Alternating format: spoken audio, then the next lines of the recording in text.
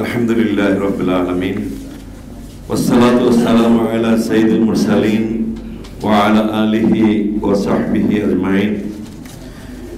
Islamic শিক্ষা উন্নয়ন বাংলাদেশ কর্তৃক আয়োজিত এই সমাবেশের সম্মানিত সভাপতি, আমাদের সহযোদ্ধা, আমাদের নেতা ডক্টর মাহবুবুর রহমান, আজকের এই সভার প্রধান আকর্ষণ, আমাদের মাঝে উপস্থিত হয়েছেন আন্তর্জাতিক খ্যাতি সম্পন্ন আলেমে দ্বীন ডক্টর মুফতি কবিরউদ্দিন সরকার সালেহী হাফিজাহুল্লাহ তাআলা।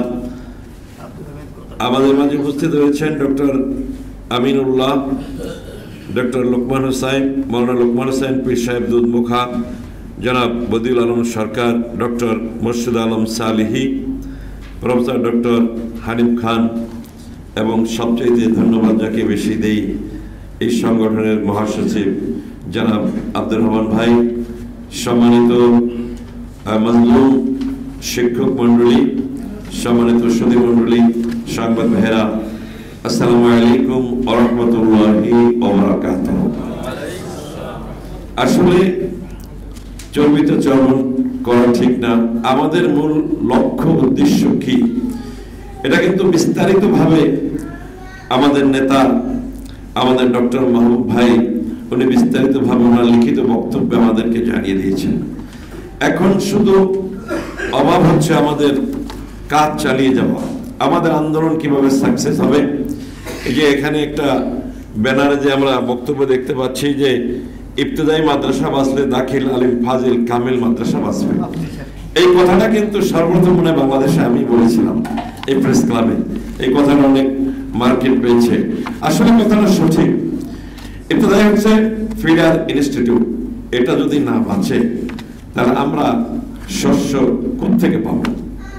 আপনি দেখেন আমার বক্তব্য মনে আমি আগেও বলছিলাম, রহমান ভাই জন্য আমার ঘোষণার সময় বলে দিয়েছেন যে আমি একটা কামেল মাদ্রাসার প্রিন্সিপাল, ওখানে কামেল হাদিস তাফসীর ফিকহ সব আছে। আমার মাঠের অন্য প্রান্তে হচ্ছে ইবতেদায়ী মাদ্রাসা, এই অন্য প্রান্তে প্রাইমারি স্কুল।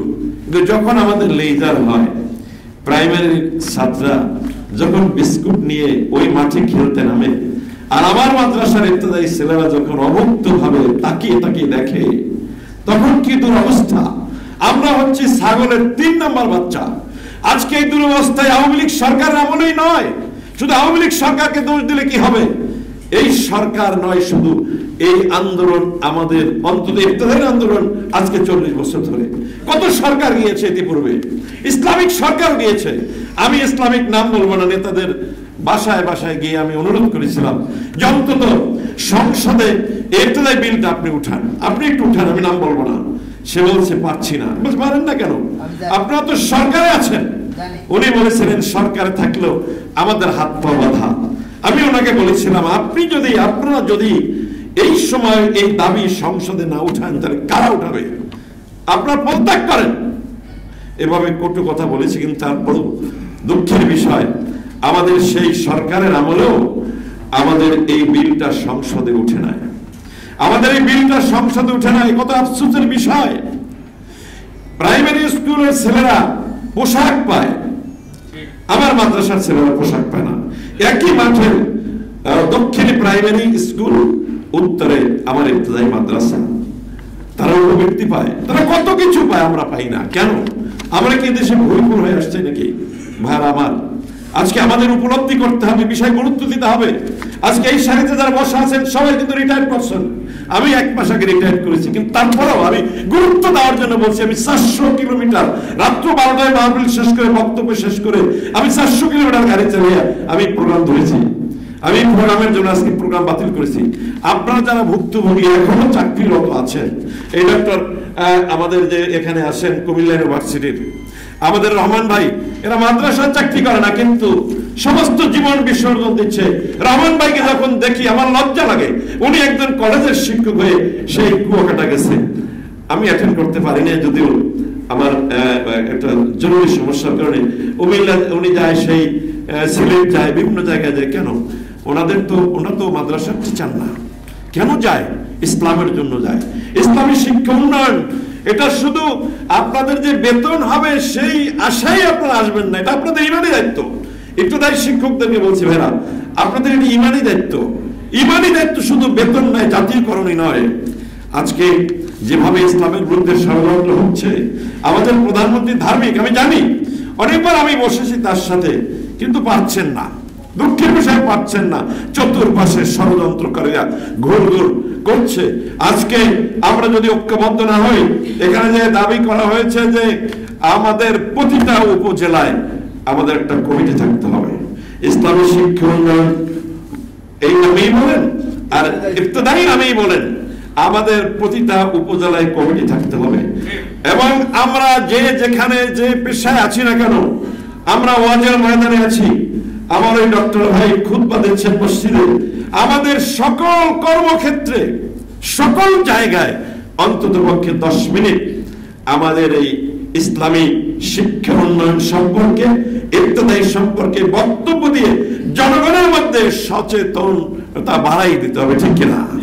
জনগণের মধ্যে সচেতনতা বাড়াই দিতে হবে, জনগণের মধ্যে সম্পৃক্ততা বাড়িয়ে দিতে হবে, যেন সারা বাংলাদেশ থেকে আওয়াজ আসে, ইফতেদায়ী বাঁচলে ইসলাম বাঁচবে, ইফতেদায়ী বাঁচলে দাখিল, আলিম, ফাজিল, কামিল মাদ্রাসাগুলো বাঁচবে, ঠিক কিনা? ভাইরা আমার, এই জন্য আমাদের ওয়াতাসিমু বিহাবলিল্লাহি জামিআ ওয়া লা তাফাররাকু, এই আয়াতের দিকে আমাদের দৃষ্টি দিতে হবে এবং বাস্তবে আমল করতে হবে। যখন যে ডাকে সাড়া দিবে, ডক্টর আব্দুর রহমান ভাই, আমাদের আব্দুর রহমান সাহেব, উনি আমাদের সহযোদ্ধা, জমিয়তুল মুদাররিসিনের, আমি তো কেন্দ্রীয় কমিটির মনে হয় এই 20 বছর কেন্দ্রীয় কমিটির সহ সভাপতি, কিন্তু আমি ডক্টর আব্দুর রহমান ভাইকে দেখতাম যে আমরা চিন্তা করতাম একদিক নিয়ে যে কিভাবে আমাদের শিক্ষকদের বেতন ভাতা বাড়বে, কিভাবে জাতীয়করণ হবে। রহমান ভাই সব সময় চিন্তা করতেন, গবেষণা করতেন কিভাবে আমাদের শিক্ষা ব্যবস্থার উন্নতি হবে, কিভাবে মাদ্রাসা শিক্ষা ব্যবস্থা ধ্বংসের দ্বার প্রান্তে চলে যাচ্ছে। কামিল পরীক্ষা যদি ভাইবা পরীক্ষায় আমি আজ পর্যন্ত একটা ছাত্র পাইনি যে আমাদের প্রশ্নের জবাব দিতে পারছে। দুঃখের বিষয়, একটা হাদিস যদি জিজ্ঞেস করি যে একটা সনদ একটা হাদিস বলো, দুঃখের বিষয় বাংলাদেশের নামকরা মাদ্রাসা যেখানে 300 ছাত্র, তার মধ্যে একটা ছাত্র পাইনি যে সে সনদ একখান হাদিস বুখারী শরীফ থেকে আমাকে শোনাতে পেরেছে। তাহলে আমরা শুধু বেতন নিয়ে চিন্তা করব না, আমাদের সব বিষয় নিয়ে চিন্তা করতে হবে। আমাদের সব বিষয় নিয়ে যে মাদ্রাসা শিক্ষা ব্যবস্থা কোথায় চলে যাচ্ছে এবং এই চিন্তা বাস্তবায়ন করে ফেলে আমাদের পেটেও তো খোরাক লাগবে। এই জন্যই আমাদের একমাত্র একটাই দাবি, সর্বপ্রথম যে স্বতন্ত্র ইফতেদায়ী মাদ্রাসাগুলোকে জাতীয়করণ করতে হবে, ঠিক কিনা? এবং সকল বেসরকারি মাদ্রাসা দেখেন, আমরা কি জন্য বলছি ছাগলের 3 নম্বর বাচ্চা, প্রতিটা উপজেলায় একটি করে হাই স্কুল জাতীয়করণ করা হয়েছে, একটি করে কলেজ জাতীয়করণ করা হয়েছে প্রতিটা উপজেলায়। তো সারা বাংলাদেশে একটা মাদ্রাসাও জাতীয়করণ করা হয় নাই। অথচ বাংলাদেশ পৃথিবীর 2য় বৃহত্তম মুসলিম রাষ্ট্র বাংলাদেশ, যেখানে 95% মুসলমান, যেখানে সকলে বলি লা ইলাহা ইল্লাল্লাহ মুহাম্মাদুর রাসূলুল্লাহ, সেই দেশে যদি ইসলাম শিক্ষা সেই দেশে যদি লাঞ্ছিত হয়, সেই দেশের মাদ্রাসাগুলো যদি বঞ্চিত হয়, সেই দেশের মাদ্রাসার শিক্ষকরা যদি বঞ্চিত হয়, এর থেকে দুঃখের বিষয় আর কিছুই থাকতে পারে না।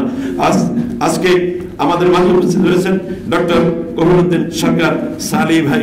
আমি আবারও তাকে আরেক ভাই বলেছেন, আমি একটু যোগ করতে চাই, উনি যদি আমাদের এমপি হুসামউদ্দিন সাহেব সহ একটা প্রাইম মিনিস্টারের সাথে যে একটা বৈঠকের ব্যবস্থা করতে পারে, সেখানে আমরা ইফতেদায়ী প্রতিনিধি সহ আমরা যারা আছি সকলে তার সাথে যদি করুণ সুরে একটু বুঝাই দিতে পারি যে আজকে বাংলাদেশের মাদ্রাসা, ইফতেদায়ী মাদ্রাসা সঙ্গ কত বঞ্চিত তারা রয়েছে। প্রাইমারির সামনে এক হুকুমে শত প্রাইমারি সরকারি করে দেব, আর এক হুকুমে আমাদের ইফতেদায়ী মাদ্রাসা সরকারি তো দূরের কথা, 1000-2000 টাকা করে যদি বেতনও দিত, তাহলেই বুঝতাম যে আমাদেরকে একটু কাউন্ট করতেছে গভর্নমেন্ট।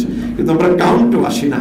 অতএব আমাদের একটা মাত্র কথা হচ্ছে যে আমাদের ঐক্যবদ্ধ থাকতে হবে, সকলকে সচেতন করতে হবে, ইবতদায়ী শিক্ষকদেরকে আমাদের ঐক্যবদ্ধ করাতে হবে এবং ইসলামিক শিক্ষা উন্নয়ন নয়, শুধু যত আমাদের সংগঠন রয়েছে মাদ্রাসা শিক্ষকদের সকলকে এই ব্যানারের অধীনে এসে বা এর সাথে এসে, অধীনে বলবো না, এই ব্যানারের সাথে এসে এবং যারা কাজ করতেছে তাদের সাথে এসে সকল একদম ঐক্যবদ্ধ হয়ে যেন আমাদের দাবিটা সরকারের থেকে আদায় করতে পারি।